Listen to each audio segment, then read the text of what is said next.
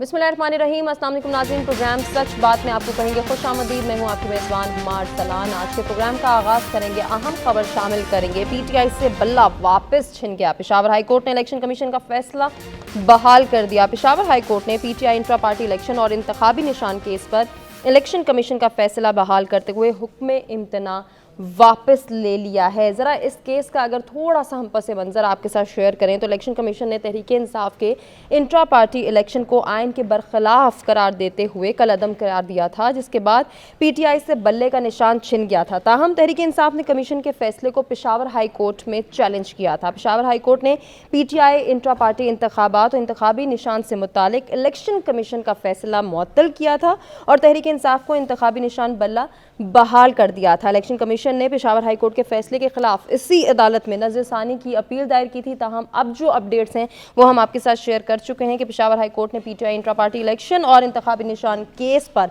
Election commission का फैसला बहाल करते हुए हुक्म इम्तना वापस ले लिया और PTI से बल्ला वापस छिन गया है। ज़रा अपने मेहमानों की जानिब बढ़ेंगे, उनसे जानेंगे कि अब PTI के पास क्या ऑप्शंस मौजूद हैं, क्या बल्ले का निशान वापस मिलने के कोई चांसेस हैं या नहीं, या यही हतमी फैसला कंसीडर किया जा सकता है। अगर चांसेस हैं तो फिर अब PTI कौन से ऑप्शंस पर काम करेगी। अगर बल्ले का निशान नहीं मिलता और कोई और निशान मिलता है तो फिर PTI का सियासी स्टांस क्या रह जाएगा, इस पर भी गुफ्तगू करेंगे। हमारे साथ जो हमारे मेहमान मौजूद है, तारुफ कराते हैं, गुफ्तगू का बाकायदा आगाज़ करते हैं। लॉ एक्सपर्ट आदिल अजीज़ काजी साहब मेरे साथ स्टूडियोज़ में मौजूद हैं। सर खुशामदीद कहना चाहेंगे आपको। Senior analyst brigadier retired Ghazanfar Ali साहब हमारे साथ मौजूद हैं। सर वेलकम करेंगे आपको भी। एक और सीनियर एनालिस्ट आगा इकरार हारून साहब ने भी हमें ज्वाइन किया है। सर आपको भी अपने शो में वेलकम करना चाहूँगी। गुफ्तगू का आगाज़ आदिल साहब आपसे करेंगे। सर पहले तो जिस तरह से थोड़ी सी डिटेल मैंने भी एक्सप्लेन करने की कोशिश की है इस केस के हवाले से, PTI से जिस तरह से अभी तक ये बताया जा रहा है कि बल्ले का निशान वापस छिन गया है, अब हमें ये बताएं क्या कोई ऑप्शन अभी भी मौजूद है कि PTI को बल्ले का निशान वापस मिल सकता है? सबसे पहले तो जी ये जो ऑप्शन की जब आपने बात की तो बिल्कुल स्टिल ऑप्शन है, क्योंकि जो पहला डिसीजन था वो भी एक इंटरम आर्डर था जो कि पेशावर हाई कोर्ट ने किया। इंटरम आर्डर इन सेंस के इलेक्शन कमीशन के डिसीजन के ऊपर जब ये इन्होंने पिटीशन फाइल की पेशावर हाई कोर्ट में, तो पेशावर हाई कोर्ट ने इनिशियली एक आर्डर कर दिया और वक्ती तौर पे इलेक्शन कमीशन का आर्डर सस्पेंड कर दिया। तो उस सस्पेंशन के ख़िलाफ़ इलेक्शन कमीशन चला गया कि चूँकि हाई कोर्ट ने हमें सुने बगैर ये फ़ैसला कर दिया है तो इसलिए ये फ़ैसला जो है वो कालादम करार दिया जाए। तो आज जो डिसीजन हुआ है पेशावर हाई कोर्ट का वो सिर्फ़ और सिर्फ इस हद तक हुआ है और इस हद तक उन्होंने वो फ़ैसला सस्पेंड किया है कि चूँकि इलेक्शन कमीशन को सुने बगैर डिसीजन सस्पेंड किया गया था तो इसलिए पेशावर हाई कोर्ट ने वो जो सस्पेंशन का आर्डर है वो उन्होंने वापस सेट असाइड किया है। लेकिन स्टिल उम्मीद है, इसकी वजह यह है कि जो इनका ओरिजिनल मैटर है वो पेंडिंग है, वो ख़त्म नहीं हुआ। तो जब तक वो ओरिजिनल मैटर पेंडिंग है PTI को उम्मीद डेफिनेटली होगी और उसमें सैम्बल्स के लिए सेक्शन 214 और सेक्शन 215 ये बड़ा क्लियर कहता है कि उसके लिए जो फॉर्मेलिटीज़ हैं वो लिखी गई हैं सेक्शन 202, 203 और 2010 इलेक्शन एक्ट में। तो ये फॉर्मेलिटीज़ जब वो पूरी करेंगे तो डेफिनेटली आपको वो जो सैम्बल है वो दिया जाएगा, किसी तरीके से भी रोका नहीं जाएगा। तो चूँकि इसके ऊपर ऑब्जेक्शन था इलेक्शन के हवाले से तो वो ऑब्जेक्शन अभी तक कायम है और पेशावर हाई कोर्ट देखें कि फाइनली इसको क्या फ़ैसला करती है। ठीक है सर, अभी आपको हम यहीं रोकते हैं, दीगर मेहमानों की जानिब बढ़ते हैं, उनसे उनका ओपिनियन लेते हैं, वापस आपकी जानिब भी आएंगे। ब्रिगेडियर साहब आप क्या कहना चाहेंगे? अभी जिस तरह से अभी आदिल साहब ये कह रहे हैं कि एक ऑप्शन मौजूद है कि बल्ले का निशान PTI को वापस मिल सकता है, सर मिलेगा नहीं मिलेगा ये तो आने वाला वक्त फैसला करेगा। आप क्या कहते हैं कि मिलना बल्ले का निशान PTI को कितना ज़रूरी है? बिस्मिल्लाहिर्रहमानिर्रहीम। जैसे टेक्निकली और लॉ के हिसाब से आपको बताया आदिल साहब ने, लेकिन मैं एक जनरल बात करना चाहता हूँ जो मैं परसीव करता हूँ, जो मैं ग्राउंड रियलिटी हकायक जो हैं ज़मीन पे जो एग्जिस्ट कर रहे हैं और वो हकायक जो हैं वो आज पिलडाट की एक रिपोर्ट आई है जो प्रिंट मीडिया में भी छपी है और वो क्लैरिटी से वो पिलडाट की रिपोर्ट ये कह रही है, कोट देम, उनकी क्वालिटी रिपोर्ट होती है, जारी होती है। उन्होंने कहा कि पाकिस्तान में होने वाले इलेक्शन शफाफ और मुनसिफाना होते नज़र नहीं आ रहे और जमहूरियत जो है वो कमज़ोर से कमज़ोर तर होती जाएगी। अभी अगर आप इस पे बेस करें तो आप उससे अंदाज़ा लगा लीजिएगा कि आने वाले वक्त में आप खुद भी सोच लेंगी, इर्रेस्पेक्टिव ऑफ द फैक्ट कि बल्ले का निशान आएगा या नहीं आएगा, और मुझे लगता है नहीं आएगा, बिकॉज एक स्क्रिप्टेड चीज़ें चल रही हैं और उनके हिसाब से चीज़ें आगे मूव कर रही हैं, और वो पिल्डाट की रिपोर्ट में बड़ी क्लैरिटी से बता दी गई हैं कि वो किस तरह चल रही हैं और क्यों चल रही हैं। तो अगर तो ये जो फैसले हैं जो हो रहे हैं, और जिस तरह आप देखिए ना कि कितने सारे लोग हैं जिनके, एक ही पार्टी के कितने सारे लोग हैं जिनके कागजात जो है नामंजूर कर दिए गए। अब नवाज शरीफ को अगर आप देखें तो वो तो अभी तक नाअहली की तलवार उनके ऊपर, लेकिन कागजात मंजूर हो गए। अब नाअहली मतलब हो गए ना। तो जब तक आप कन्विक्ट हैं, तो मुझे तो नहीं पता कौन सा लॉ कहता है, शायद मेरी नॉलेज नहीं है कि आपके कागजात कन्विक्ट के तो कागजात मंजूर नहीं हो सकते। अगर किसी ने कत्ल किया है, किसी ने गबन किया है, किसी ने जुर्म किया है, और वो FIR में अगर आपके खिलाफ कहीं ना कहीं एक FIR हो गई है, तो आपको तो स्कूल एडमिशन नहीं देता है, आप बाहर ट्रैवल नहीं कर सकते हैं। तो इन चीज़ों से एक मुस्तकबिल का जो लाहेअमल है, इर्रेस्पेक्टिव ऑफ द फैक्ट कि क्या कल होता है, ये एक नज़र आ रहा है कि क्या होगा।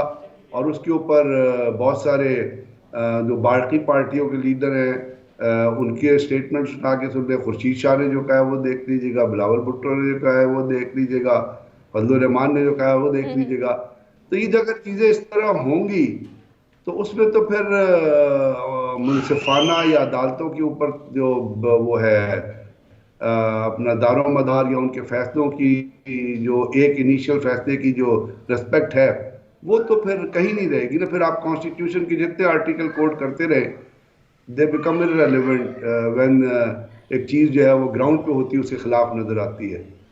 तो मेरा ये ख्याल है कि अब हमें ये सोच लेना चाहिए कि आने वाले दिनों में इलेक्शन का रिजल्ट क्या होगा, और वो चीज़ें बड़ी साफ जाहिर होती जा रही है। बिल्कुल सही है, तो आने वाला वक्त ही बताएगा। आगा इकरार हारून साहब, सर आपकी जानिब बढ़ना चाहेंगे। अभी ब्रिगेडियर साहब और आदिल साहब जो बात कर रहे थे, सर उसी को कंटिन्यू करेंगे। PTI के लिए बल्ले के निशान पर लड़ना कितना ज़रूरी है, और अगर बल्ले का निशान नहीं मिलता आने वाले इलेक्शन में, तो फिर PTI का सियासी स्टांस क्या रहेगा? बहुत शुक्रिया। देखिए, बात यह है कि हम थोड़ा सा तारीख को अगर देखें तो 1985 के इलेक्शन को पाकिस्तान पीपल्स पार्टी ने लड़ेगी, और उससे पहले ही पाकिस्तान पीपल्स पार्टी से उसकी तलवार का निशान छीन लिया गया हुआ। 1988 के इलेक्शन में पाकिस्तान पीपल्स पार्टी की के निशान के ऊपर उन्होंने इलेक्शन लड़ा, और PTI बनाने के बावजूद, जिसका सुप्रीम कोर्ट फैसला कर चुका है कि वो एक कंप्लीटली इंजीनियर एक चीज बनाई गई, उसके बावजूद भी मोहतरमा बेनजीर भुट्टो साहिबा, अल्लाह उनको जन्नत नसीब करे, वो बड़े आप कह सकते हैं मार्जिन से 88 के इलेक्शन जीती। इतनी मार्जिन से जीती के बाद उनके खिलाफ vote of confidence no confidence की लेकर आने की कोशिश की गई, वो भी नाकाम हो। IBI बनाने में जितना पैसा खर्च हुआ, उसमें अफजल अली उसकी हेयर वाइस मार्शल अफजल अपना उनका केस आप देख लें। उसके अलावा ये बड़ा क्लियर है कि उसमें क्या किरदार, किसका कितना किरदार था। तो जो पॉलिटिकल पार्टीज होती हैं वो निशानों पे नहीं खड़ी होती हैं, वो अपनी कमिटमेंट पे खड़ी है। पहली बात, निशान भले का अगर उससे हमें नजर आ रहा है कि अगर छीन लिया जाएगा तो वो उनके पास बहुत बड़ी ऑप्शन है, वो कोई पॉलिटिकल पार्टी का निशान इस्तेमाल करके उनके साथ अलायंस करके उनके निशान के ऊपर अपने कैंडिडेट खड़े कर सकते हैं। तो इसमें कोई बड़ी बात नहीं। अभी ब्रिगेडियर साहब ने बात की कि जी सब नजर आ रहा है क्या हो रहा है, तो ये ऐसा भी नहीं है। आप मुझे एक बात बताइए कि अगर मैंने इलेक्शन लड़ना है NA5 से और मेरा जो अप्रूवर है उस इलाके में रहते ही, और वो मेरे जो है वो फॉर्म्स को जो है वो अप्रूवल के तौर पर साइन कर, तो बेवकूफ़ी मेरी है या रियासत की अगर के अदारों की है जिसमें रिटर्निंग ऑफिसर भी अगर वो उसको कैंसिल कर देते। ये तमाशा हो रहा है पूरा, ये प्लान हो रहा है। उन्हें पता है ये अप्रूवल इस इलाके का नहीं, उन्हें पता है ये कैंसिल हो जाएगा, बेसिकली बिल्ड अप कर रहे हैं कि जैसे भी हमारे जो है वो कैंसिलेशन हो रही है हमारे form. It is all plan, जैसे कि हमेशा PTI करती रही है। इसका PTI ने माइंड अपलाइन किया था। एक्चुअली मुझे तो ये खौफ लग रहा है, डर लग रहा है मेरे मुंह में खाक कि PTI 9 मई की म्यूटनी पार्ट 2 अरेंज कर रही है, उसको प्लान कर रही है ताकि वो आवाम में ये चीज पैदा करे कि देखिए हमें स्पेस नहीं मिल रही है। और फिर मैं आपको बात बताऊं, सारा दिन उनका जो सोशल मीडिया है वो ये कहेगा कि जी अपना जो भी वो जिसके ऊपर भी इलेक्शन लड़ रहे होंगे, किसी बल्ले पे या इंडिपेंडेंट अगर नाम दे रहे होंगे, तो वो सारा दिन ये कहेंगे कि हम मार्जिन से जीत रहे हैं। और उसके बाद वो फॉर्म 45 की भी आपको एक जल्दी फॉर्म 45 भी चर्चा करके दिखाएंगे कि देखिए जी हमारे पास 15 फॉर्म 45 है, इन इलाकों से हम जीतते हैं, इन पोलिंग स्टेशन से। जबकि वो सारा का सारा वो एक प्लान, एक किसान होगा। उसके बाद तो आप सोच के आ रहे हैं कि धांधली हो गई है और उन्होंने टारगेट किए हुए हैं डिफेंस हाउसिंग सोसाइटी कंट्रोलमेंट एरिया, जहां पे वो तकरीबन रात 10, साढ़े 10, 11 बजे जा शुरू कर देंगे, सड़कें बंद कर देंगे। किसको नहीं पता ये बातें यार, कहाँ बैठे हुए हम लोग।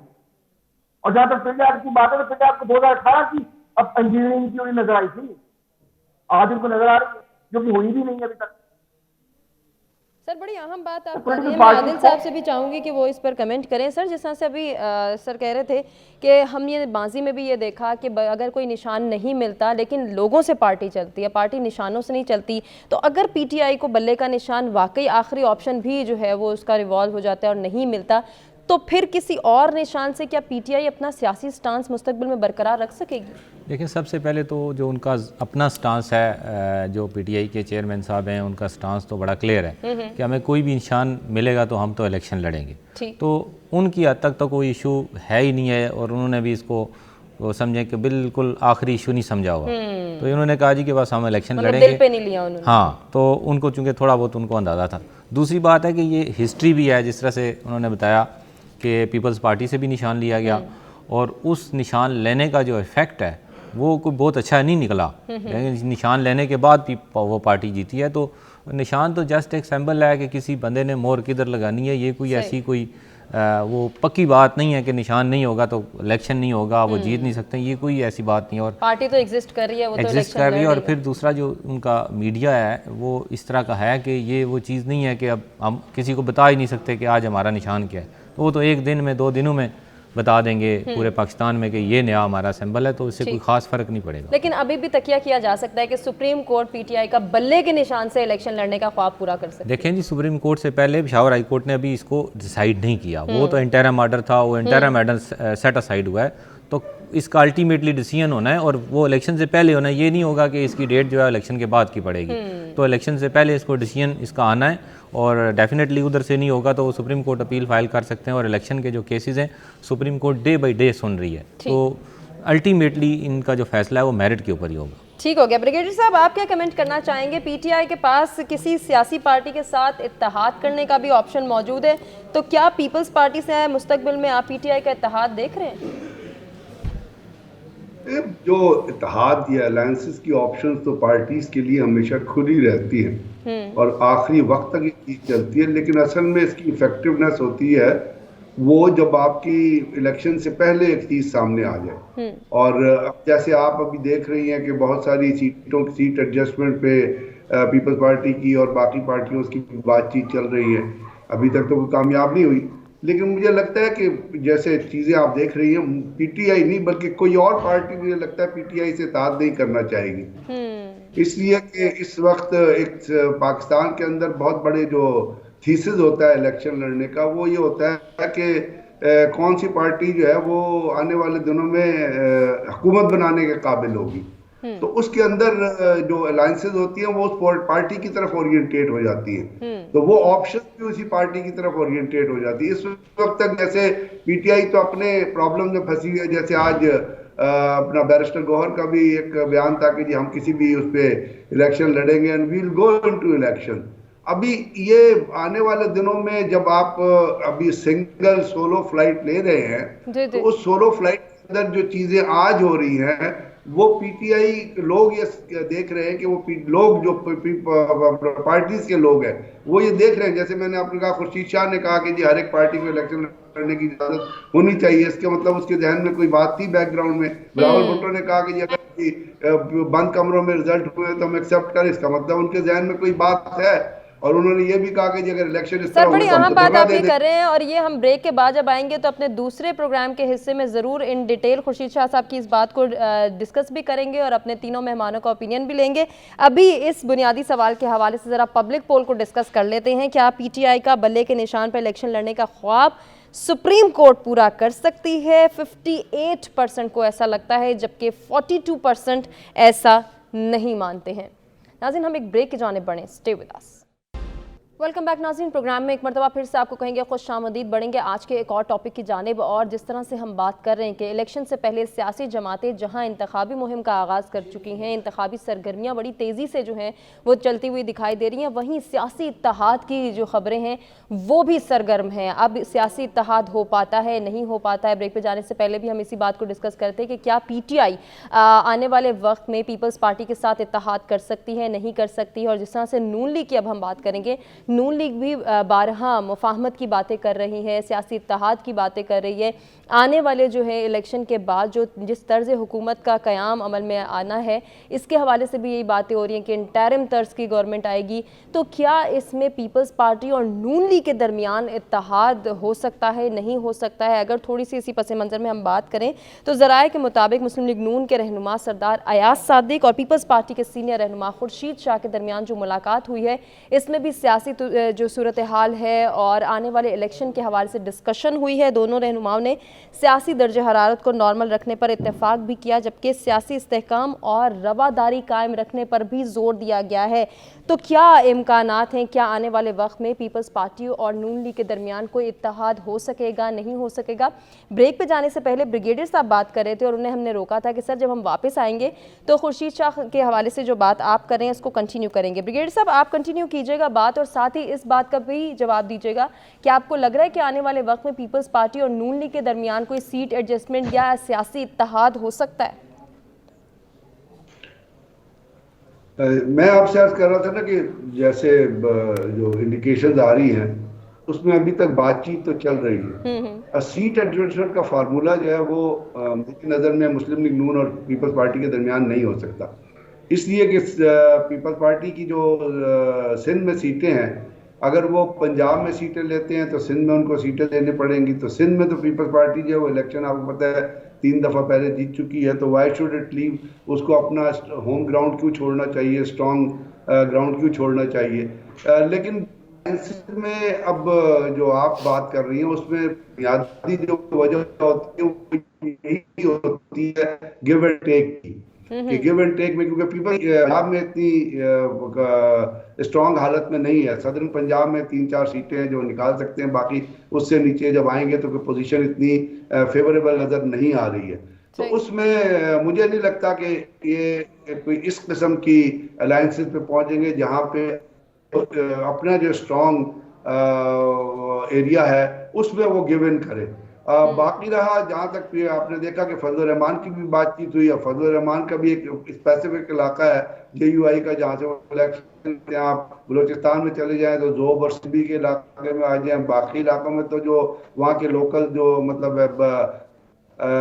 सरदार हैं वो इलेक्शन जीतते हैं। और अगर आप KPK में चले जाएं तो KPK में तो मुझे किसी पार्टी की कोई स्पेस नज़र नहीं आती अगर फेयर एंड फ्री इलेक्शन हुए तो ये चीज़ें हैं जिसके ऊपर बेस करके आइंदा आपको एक लाएअमल जो है वो उभरता हुआ नज़र आ सकता है। लेकिन इसके लिए बहुत ज़्यादा ज़रूरी जो है वो ये है कि इलेक्शन के प्रोसेस तक जब तक हम जा रहे हैं, यानी प्री इलेक्शन प्रोसेस में भी ये इम्प्रेशन आना चाहिए कि इलेक्शन जो है वो बिल्कुल सही तरीके से और कॉन्स्टिट्यूशन और जो कानून है उसकी रूह के मुताबिक क्रिएट की जाए। अगर प्री इलेक्शन इम्प्रेशन ये हो गए जैसे आजकल बहुत ज्यादा है, तो मुझे लगता है कि फिर इलेक्शन के रिजल्ट के ऊपर भी सवाल उठेंगे।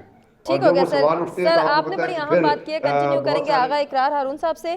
सर, जिस तरह से अभी हम बात कर रहे थे कि इलेक्शन से पहले क्या सियासी इत्तेहाद हो सकता है और इलेक्शन के बाद अगर फ्री एंड फेयर इलेक्शन होते हैं, जैसे कि ब्रिगेडियर साहब भी कह रहे थे, तो क्या सियासी इत्तेहाद वजूद में आएगा, नहीं आ पाएगा? कौन से सूबे में सियासी इत्तेहाद हो सकता है पीपल्स पार्टी और नून लीग के दरमियान?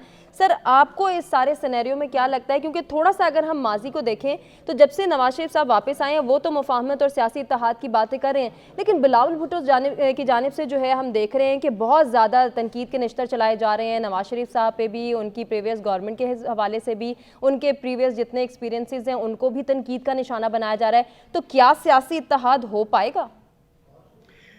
देखिए जी, मैं तो इस वक्त सीट टू सीट एडजस्टमेंट के ऊपर भी मेरा ख्याल है कि चीज़ें मुश्किल होती जा रही हैं। PMLN के लिए भी इत्तेहाद तो बहुत दूर की बात है। देखिए, PDM की गवर्नमेंट में सब शामिल थे, उसमें बिलावल भुट्टो साहब भी शामिल थे, मिनिस्टर रहे हैं। लेकिन अब वो अपनी PDM की सारी जिम्मेदारी जो उठा के वो डालना चाहते हैं उसके ऊपर, PMLN के ऊपर, PDM गवर्नमेंट की, तो वो भी ज्यादती कर रहे हैं। जहां तक जब आए हैं मियां नवाज शरीफ साहब वापस आए हैं, तो PMLN बहुत ही ओवर कॉन्फिडेंट थी, बल्कि अल्ट्रा एक्स्ट्रा ओवर कॉन्फिडेंट हुई भी थी कि जैसे जनाब इलेक्शन तो हो चुका, प्राइम मिनिस्टर बन भी गया, बस ये तो वोट शोट तो बाद थोड़ी सी दिनों की बात है, हो ही जाएंगे। अब वो आहिस्ता आहिस्ता ना उनको रियलिटी समझ आना शुरू हो रही है। इन्हें बहुत प्रॉब्लम होनी है जो मुझे नजर आ रहा है।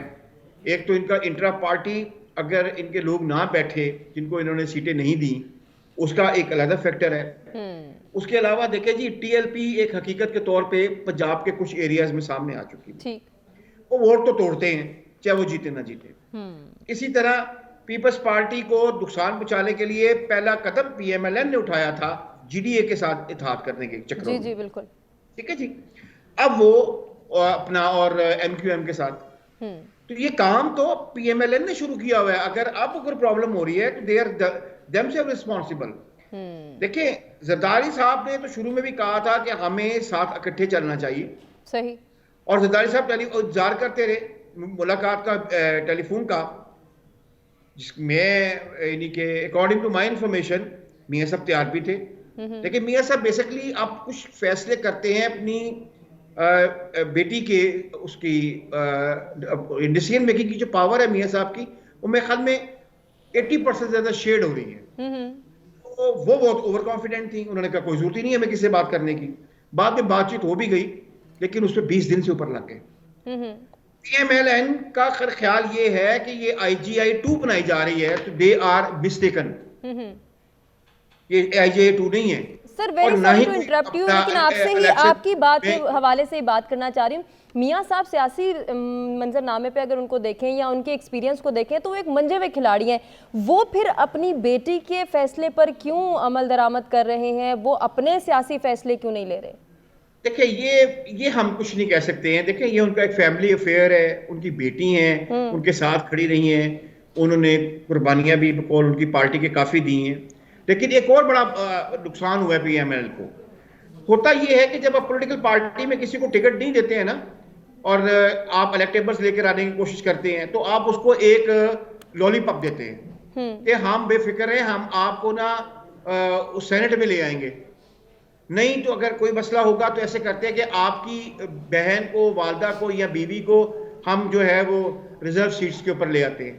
ठीक, PMLN को यहाँ पे भी एक झटका लगा है, क्योंकि वल्लाह आलम बिल सवाब लाहौर में बात फैली हुई है कि जी PML तो सेनेटर का फैसला पहले ही कर चुकी हुई है, और उनमें से कोई बंदा भी पॉलिटिशियन नहीं है, वो कोई और लोग हैं उन्होंने सेनेट के साथ अपना सेनेट की सीटों की कमिटमेंट की है।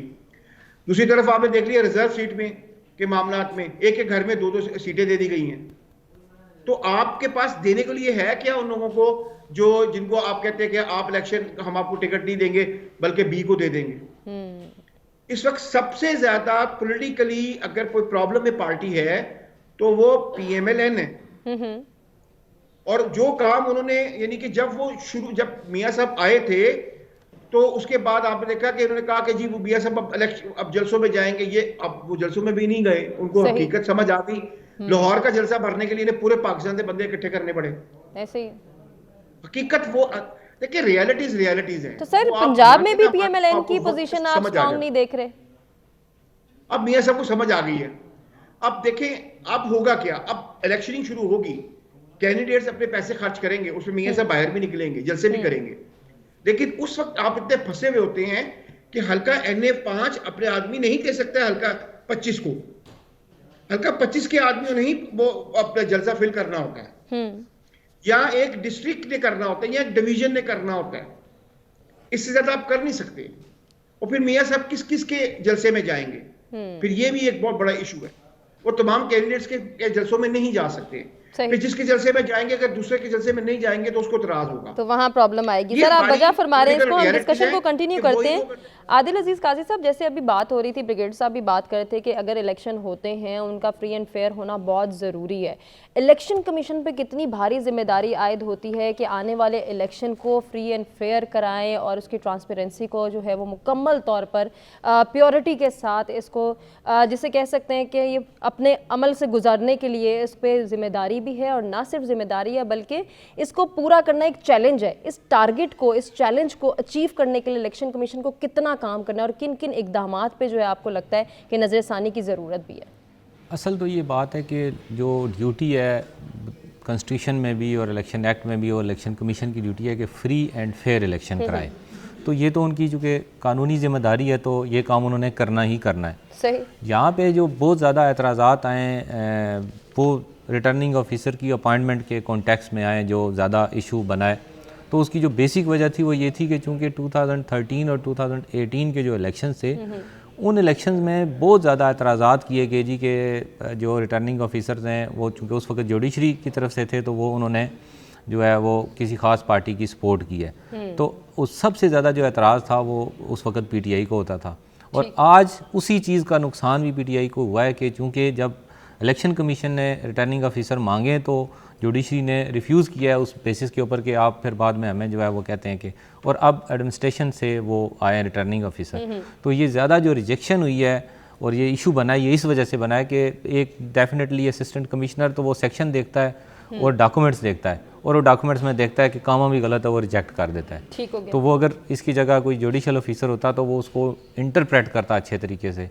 तो जो इलेक्शन कमीशन को फिल वक्त जो परेशानी हुई है और जो डॉक्यूमेंट्स की रिजेक्शन और ये इश्यूज़ बने, वो सिर्फ़ और सिर्फ इस वजह से बने, और जिनको नुकसान हुआ है वो ख़ुद इसके ज़्यादा ज़िम्मेदार हैं कि 2 इलेक्शन पिछले जो हुए हैं उनमें सबसे ज़्यादा जो एतराज़ था वो इनको था। तो नेक्स्ट जो है वो इलेक्शन कमीशन को तो डेफिनेटली ये उसकी ज़िम्मेदारी है कि इलेक्शन ऐसा हो कि हर बंदा उसके ऊपर कॉन्फिडेंस करे, क्योंकि अगले 5 साल इस गवर्नमेंट ने गुजारने। अच्छा सर, जिस तरह से अभी हम इलेक्शन कमीशन के किरदार की बात करें, कुछ सियासी जमातें इलेक्शन कमीशन के किरदार को सवालिया निशान बना रही हैं, उस पर कीचड़ भी उछालने की कोशिश कर रही हैं, तो फिर इलेक्शन कमीशन इस ट्रांसपेरेंसी को, इस शफाफियत को कैसे बरकरार रख सकेगा? देखें, इलेक्शन कमीशन ने तो यही करना होता है कि रिटर्निंग ऑफिसर की जो, क्योंकि इलेक्शन कमीशन ने इटसेल्फ तो कुछ नहीं करना, रिटर्निंग ऑफिसर अपॉइंटमेंट हुए, वो इशू बना कि वो एडमिनिस्ट्रेटिव साइड से आए। उसके बाद ये कुछ चीज़ें जिस तरह से आज बहुत सारे केसेस में हाई कोर्ट ने अपीलेट जुरिस्डिक्शन में डिसीजन लिया है, तो बहुत सारे जो जिस तरह से उमैर न्याजी का केस है, तो उसके रिटर्निंग ऑफिसर ने कागज़ रिजेक्ट किए थे, और आज जो है वो हाई कोर्ट ने उसको रिस्टोर कर दिया है और वो कैंडिडेट बन गए। तो ये जो जुडिशरी का जो रोल है अल्टीमेटली अब शुरू हुआ है, तो इलेक्शन कमीशन और प्लस साथ जो है जो अपीलें और ये सारी चीज़ें आएंगी, तो ये मिल के तो मेरे ख्याल में बेहतरी लाई जा सकती है और ट्रांसपेरेंसी ठीक है, बेहतरी की उम्मीद अभी बाकी है, और हम तवक्को करते हैं कि आने वाला इलेक्शन साफ और शफाफ होगा। जिस तरह से ब्रिगेडियर साहब, अभी हम आगा इकरार हारून साहब से बात कर रहे थे कि उन्होंने ये कहा कि PMLN की जो पोजीशन है इस वक्त वो काफ़ी मुश्किलात का शिकार है, तो सर पंजाब में आप PMLN को कितना स्ट्रॉन्ग देख रहे हैं, और अगर काफ लीग से आने वाले वक्त में इत्तेहाद हो जाता है तो क्या पंजाब में मुस्लिम लीग नून स्ट्रॉन्ग पोजीशन पर सामने आ सकती है? पहली बात है, काफ लीग आपको पता है डिवाइडेड हुई है। काफ लीग में काफ लीग के जो बानी थे और जो काफ लीग के लिए ज़्यादा काम किया था वो चौधरी परवेज़ लाई ने किया था। उसमें चौधरी शुजात भी उनके साथ मौजूद थे जिसमें काफ लीग वजूद में आई। अब चौधरी शुजात और चौधरी परवेज़ लाई जो है वो अलग हो गए, और चौधरी शुजात के जो बेटे हैं वो इलेक्शन लड़ते हैं, तो उनमें से ज़्यादा जो कामयाब होते थे वो चकवाल की एक सीट से इलेक्शन लड़ते हैं, जहाँ उनको चकवाल की लोकल बरादरी की सपोर्ट होती थी। वहाँ से जो शख्स इलेक्ट होता वो बाद दफ़ा छोड़ के इलेक्शन लगाता था। तो काफ लीग की और तारिक बशीर चीमा है जो काफ लीग को लेकर चल रहे, सदर पंजाब से इलेक्शन लड़ते हैं। तो इस वक्त जो काफ लीग के ये जो मेरी नज़र में आए, हो सकता है कल मुख्तलिफ हो, लेकिन मेरी नज़र में जो काफ लीग का चौधरी शुजात का जो फैक्शन है वो इट्स एट ए लूजिंग है। They will not win election, ये नहीं जीतेंगे वो, जो कुछ हो गया।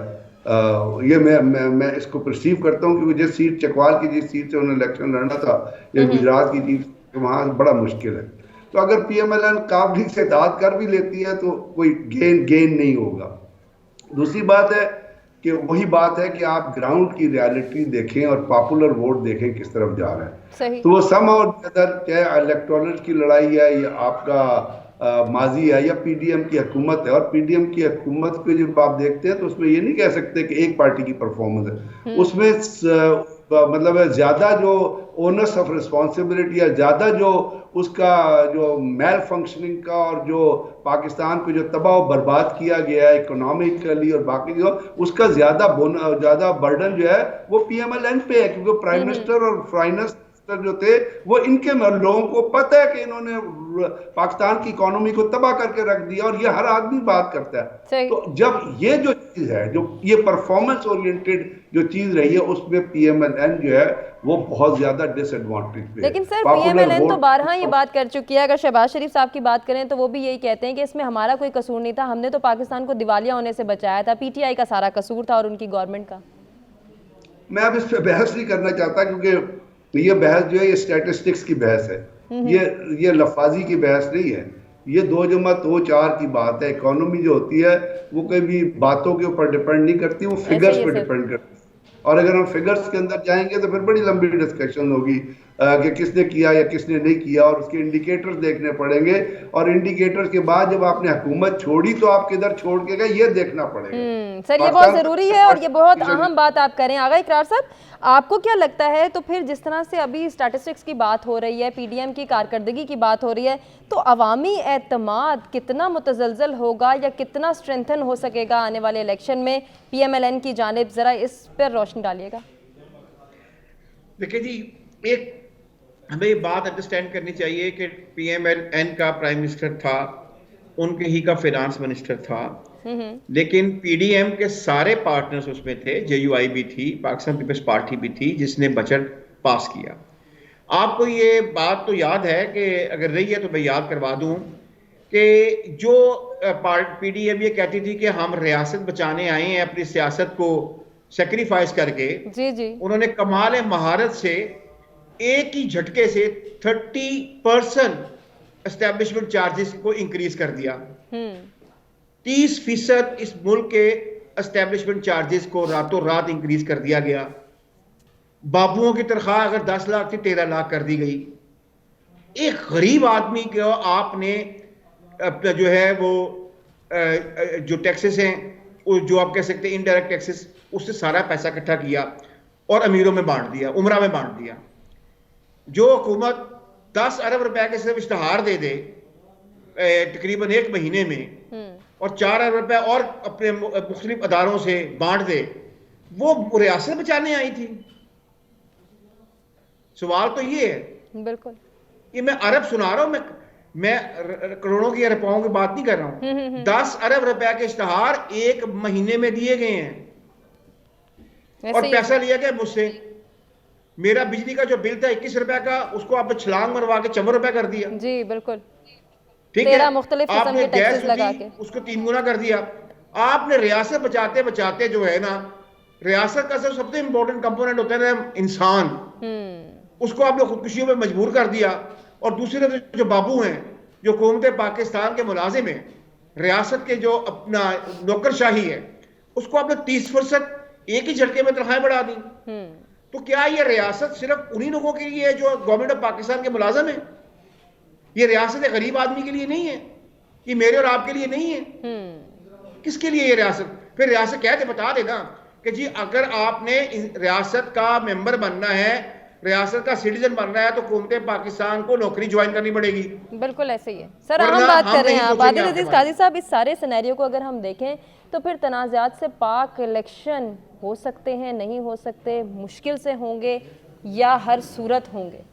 देखिए, ये बात तो मुश्किल ज़रूर है लेकिन नामुमकिन नहीं है। डेफिनेटली ऐसे ही हो सकते हैं अगर कोशिश की जाए, तमाम इदारे मिल के इसको, इस एफ़र्ट को करें कि जिस तरह से हमारे कॉन्स्टिट्यूशन में लिखा हुआ और जिस तरह से इलेक्शन एक्ट कहता है और जो लॉ की मंशा है उसके मुताबिक इलेक्शन हो, ताकि इलेक्शन के बाद के देखें ना, मुल्क के जो पहले इतने ज़्यादा हम मसाइल में गिरे हुए हैं, तो कम अज़ कम इलेक्शन के बाद तो कोई सुकून हो कि जो भी पार्टी जीते और जो हारे वो ये एडमिट करे कि ठीक है जी हम इलेक्शन लूज़ कर गए तो हम 5 साल जो है वो इनकी सपोर्ट करेंगे, जो ट्रू स्पिरिट में सियासी तौर पे करना चाहिए। ठीक हो गया सर, आपने अपना ओपिनियन शेयर कर दिया। ज़रा इस बुनियादी सवाल के हवाले से हम पब्लिक पोल को भी डिस्कस कर लेते हैं। क्या इलेक्शन से कबल नून लीग और पीपल्स पार्टी में इत्तेहाद का कोई इम्कान है? 53% को ऐसा लगता है कि पीपल्स पार्टी और नून लीग में इत्तेहाद हो जाएगा इलेक्शन से कबल, जबकि 47% ऐसा नहीं मानते हैं। हम एक ब्रेक की जानिब बढ़ें, साथ रहिएगा।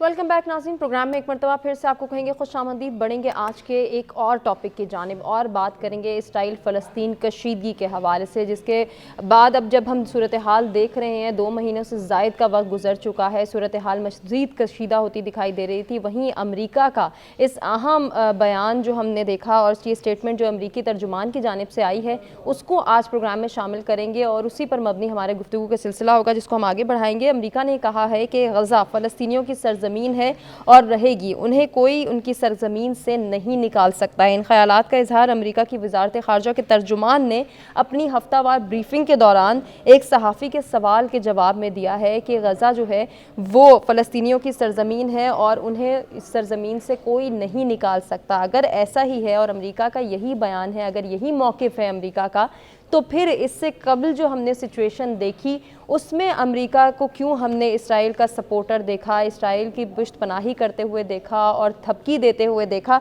वो सब क्या था? और अब अगर अमेरिका ये बयान दे रहा है तो ये ऐलान और ये बयान क्या सिर्फ जो है वो लफाजी के तौर पे इस्तेमाल किया जा रहा है या अब वाकई अमेरिका इसराइल की पुष्टपनाही से पीछे हटने की कोशिश कर रहा है? ब्रिगेडियर साहब, आपसे गुफ्तगू का आगाज़ करेंगे। सर, क्या लग रहा है आपको इस हवाले से? बात ये जो आखिर में आपने बात की ना कि क्या अमेरिका जो है वो इजराइल की पुष्टपनाही से पीछे हटने की कोशिश कर रहा है, तो एक तो बात याद रखिएगा कि अमेरिकन जो प्रेसिडेंट जो इस वक्त प्रेसिडेंट है जो बाइडन, उसने बहुत अर्सा 1985 में ये कहा था कि अगर इजराइल ना होता ना तो हमें इजराइल क्रिएट करना पड़ता। If there was no Israel we would invent one Israel. ये उसका इंप्रेशन थे। और जिस तरह उसने इजराइल को नेतन्याहू जैसे मसलनी को सपोर्ट किया है वो आपके सामने है। अब उसके ऊपर बहुत दफ़ा हम बहस कर चुके हैं। ऐसे ही और जिस तरह उनको मिलिट्री इमदाद दी गई है, जिस तरह उनको सोशल सपोर्ट प्रोवाइड की गई है, और उसमें अमेरिका अकेला नहीं था, उसमें अमेरिका के साथ बरतानिया का भी पूरा रोल शामिल था। क्योंकि बरतानिया जिस जहाज पे गया था उस जहाज पे बाद में हथियार उतर रहे थे। अब ये और दूसरी बात यह है कि अमेरिका का, बरतानिया का और वेस्टर्न कंट्रीज़ का एक कॉन्सेप्ट था, ख़ास तौर पर अमेरिका का और बरतानिया का, कि इस इलाके में जो वो यहूदियत को जहाँ उन्होंने आबाद किया था इसराइल को, वहाँ एक उन्होंने इसराइल के लिए बफर स्टेट जो क्रिएट की थी वो अमेरिका की सिक्योरिटी से रिलेटेड है। बिकॉज सिर्फ इसराइल नहीं है, इसराइल के नीचे मेडिटेरियन है, मेडिटेरियन के नीचे पानी है, फिर गाजा के अंदर बहुत सारे एनर्जी के रिसोर्सेज हैं, फिर अमेरिका अपनी एक डिफेंस अपनी एक डिफेंस स्ट्रेटजी है जिसमें वो पिवट ऑफ जो है स्ट्रेंथ उसको मेंटेन करना चाहते हैं। और उसके अंदर उन्होंने चूंकि मिडिल ईस्ट में अपना होल्ड रखना है तो उसके ऊपर उन्होंने इसराइल को सपोर्ट करना है, इसराइल की मदद करनी है। एक तो ये चीज़ है जो अमेरिका की अपनी पॉलिसी है और उसके ऊपर हम बड़ी लंबी डिस्कशन कर सकते हैं, लेकिन आपका टाइम थोड़ा है। उसके साथ साथ जो अमेरिका की इकोनॉमी है और उसमें ख़ास तौर पे जो फेडरल रिजर्व का किरदार है, जो पूरी अमेरिका की इकोनॉमी और बल्कि इसराइल के साथ मिलकर जो इकोनॉमी कंट्रोल करता है, उसके अंदर तमाम के तमाम ज़ियोनिस्ट यहूदी बैठे हुए डायरेक्टर मैनेजर से लेके नीचे तक। फिर जो अमेरिका का जितना मीडिया है उसको आपको पता है, आप फॉक्स न्यूज़ से नीचे चले जाएं वो सारे ज़ियोनिस्ट कंट्रोल करते हो। फिर बहुत बड़ा फैक्टर है इनकी इकोनॉमी में जो है रॉथशाइल्ड का, और रॉथशाइल्ड के जो बैंक्स हैं उनकी जो इकोनॉमी है उसका बहुत बड़ा फैक्टर है जो पूरी की पूरी अमेरिकन की पॉलिसी को प्रो ज़ियोनिस्ट और प्रो ज्यूज करके चलाता है। अब उसके साथ साथ नेतन्याहू का एक बयान था, उसने कहा था कि हम तो इस खित्ते पे कब्जा करके रहेंगे, हमें लोगों की जरूरत नहीं। तो लोगों को वो मार रहा है और आजकल की तारीख में 23,000 फलस्तीनी जो वो शहीद हो चुके हैं। अब जब 23,000 फलस्तीनी शहीद हो चुके हैं तो अमेरिका को क्यों याद आया कि गजा में फलस्तीनी रहेंगे? क्योंकि इससे पहले जो ट्रंप ने स्टेट का सोल्यूशन दिया था और जेरूसलम में अपनी एम्बेसी मूव की थी, वहां से तो ये क्लियर हो गया था कि एक दिन इजराइल को ये शय देंगे कि तुम जाके गजा के ऊपर कब्जा करो, और गजा के ऊपर इसलिए कब्जा करो कि फिर इजराइल की जो बाउंड्री है वो इजिप्ट तक अपना हो जाएगी और अमेरिका को एक सेफ स्टेट जो है वहां पे मिल जाती है। तो मुझे ये नहीं लगता कि अमेरिका जंग रोकने के लिए कोई किरदार करना चाहता है। उसका बेसिक मकसद इजरायली जो जेनोसाइड हो रहा है, जो नस्ल कशी हो रही है, उससे तवज्जो जो है वो हटाना है अपना दुनिया की, और एक नई डिबेट को जनरेट करना है। जो डिबेट आज आप देखिए हम कर रहे हैं कि जी उन्होंने कहा कि जी गजा में तो फलस्तीनियन को नहीं निकाला। अगर ये सही है तो उनकी दूसरी बात ये आनी चाहिए थी कि इजराइल जंग बंदी करे। अब एक और जो चीज सामने आ रही है वो नेतन्याहू और नेतन्याहू के साथ जो वॉर कैबिनेट है, सर जैसे जंग बंदी की बात आती है तो 1 स्टेट सोल्यूशन और 2 स्टेट सोल्यूशन सामने आ जाता है, वहां भी तो कॉन्फ्लिक्ट्स आ रहे हैं।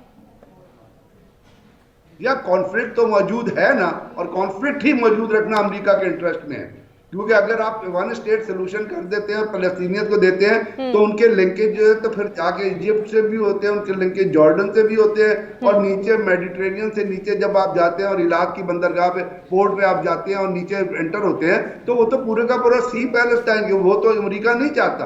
और इसके बाद आपने देखा है जो यमन हूतीस कर रहे हैं और जो थ्रेट, उसकी एक बड़ी फैक्टर ये है कि अमेरिका ने कहा कि ये फोर्स बनाओ जो रेड सी के अंदर, इसके सी में जो है वो इस किस्म के जो हौतीस के और यमन के हमलों को रोके। उसमें ऑस्ट्रेलिया ने इनकार कर दिया, उसमें कनाडा ने इनकार कर दिया, उसमें बहुत सारे मुल्कों ने कहा कि हम, क्योंकि उनको ये फैक्टर लगता था कि इसमें अगर हम जनरेट शामिल होंगे तो हमारे है ना अपने उनके अपने अपने मुल्कों में डोमेस्टिक प्रेशर बहुत ज्यादा बढ़ सकता है, और उसके बाद फिर इसकी कॉस्ट जो है वो जाके एक वर्ल्ड वॉर, एक बड़ी जंग की सूरत में सामने आ सकती है।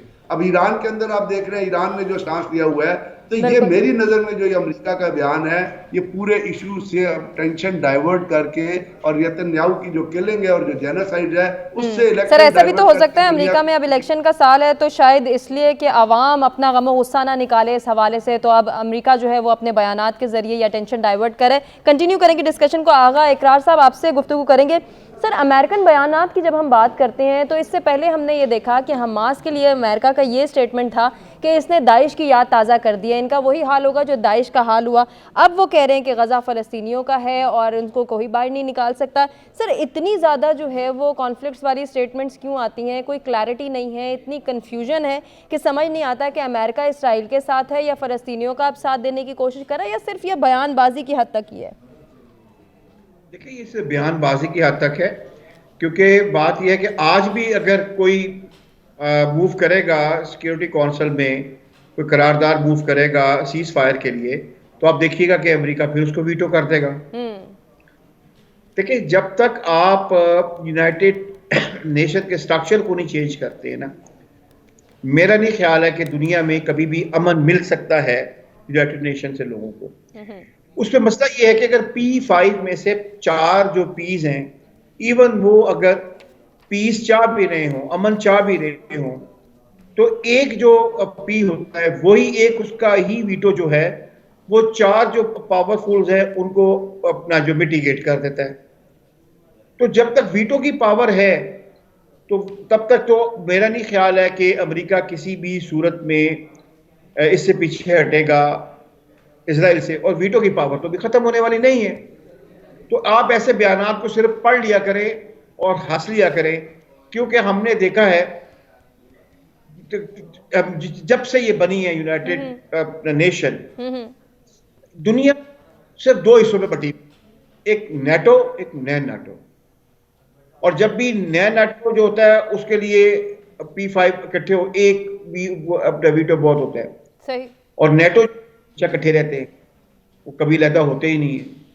और ये मेरा कोई I have no opinion whatsoever America is saying.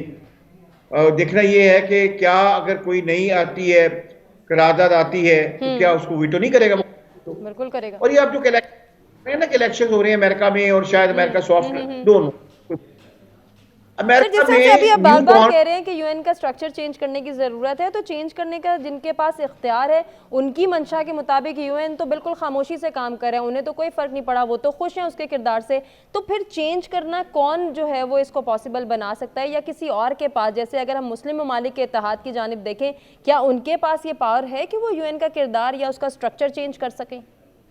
नहीं, मेरा नहीं ख्याल है यूएन का किरदार कोई भी नहीं चेंज कर सकता, और आपको इसी तरह जिंदा रहना है।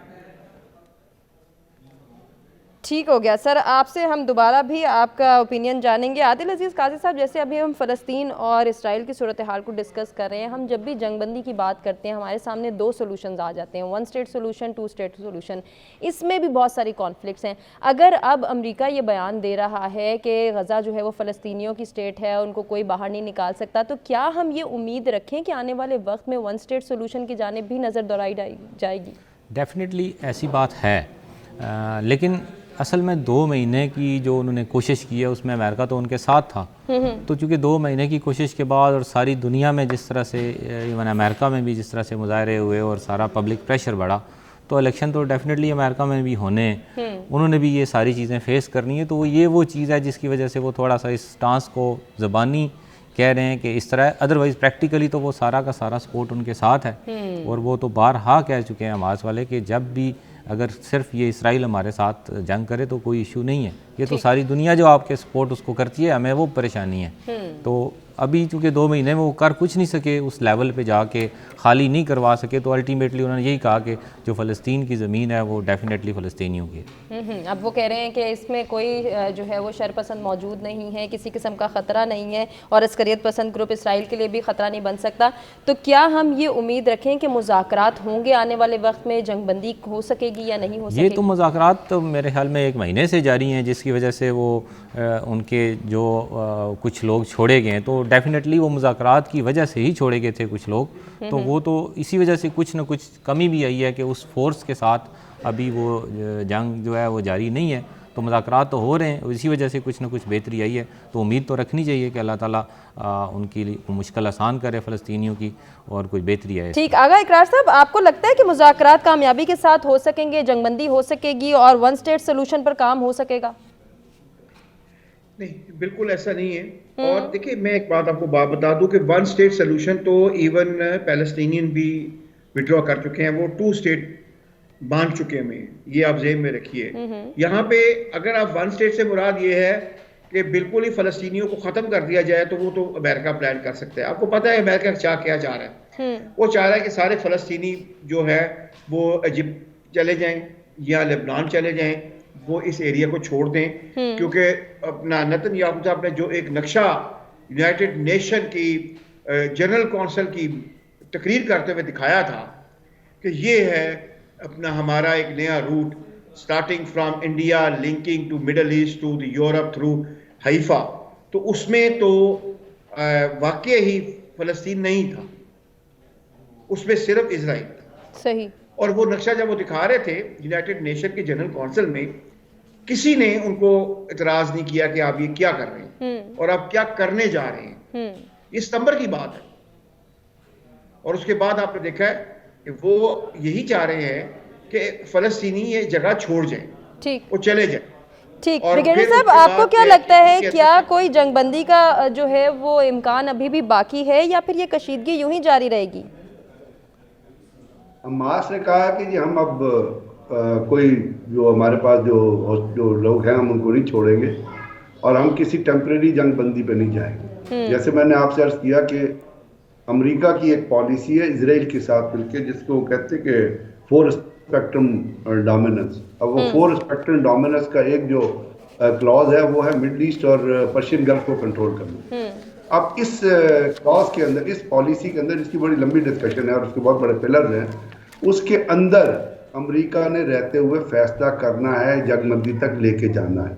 और हेराट्स की एक रिपोर्ट पिछले दिनों छपी है जिसमें उसने कहा है, जो इजराइल का नेशनल न्यूज़पेपर है, और वो कहता है कि जी इस जंग में फैसले जो हैं वो इजराइल की वॉर कैबिनेट नहीं कर रही, सिर्फ 2 लोग कर रहे हैं।